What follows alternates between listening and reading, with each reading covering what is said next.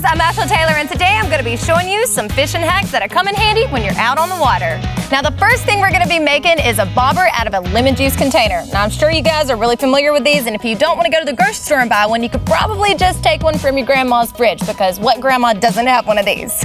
Sometimes when you're using live bait or targeting larger species like catfish, it's good to have a big bobber to keep from getting pulled down easily. With this lemon juice container, you can just pop off the top, wrap your line around the neck, then put the cap back on, and voila, you've got yourself an oversized bobber. Not only is it highly visible, but surprisingly cheaper than oversized bobbers that you'd find at the store.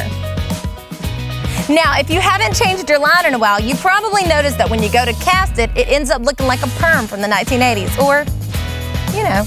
A simple fix to eliminate this curl is to remove and soak your bail in some warm water. It doesn't have to be too hot, and you can even use a bottle of water that's just been sitting in your car if that's all you got handy. This will help soften and remove the coil memory from your line, making it far easier to cast while increasing your distance. And lastly, a great tool to keep in your tackle box is a safety pin. You'll be surprised how useful these little guys can be. First off, it makes for a great hook organizer. Just pass the needle through all the hook eyes and then close it up. You've got yourself a good little string of hooks. This will also work well in a survival kit where space is limited. Another great reason to keep a safety pin handy is because it makes for a great eye replacement for a broken rod tip when you're in a pinch. I didn't break it this time.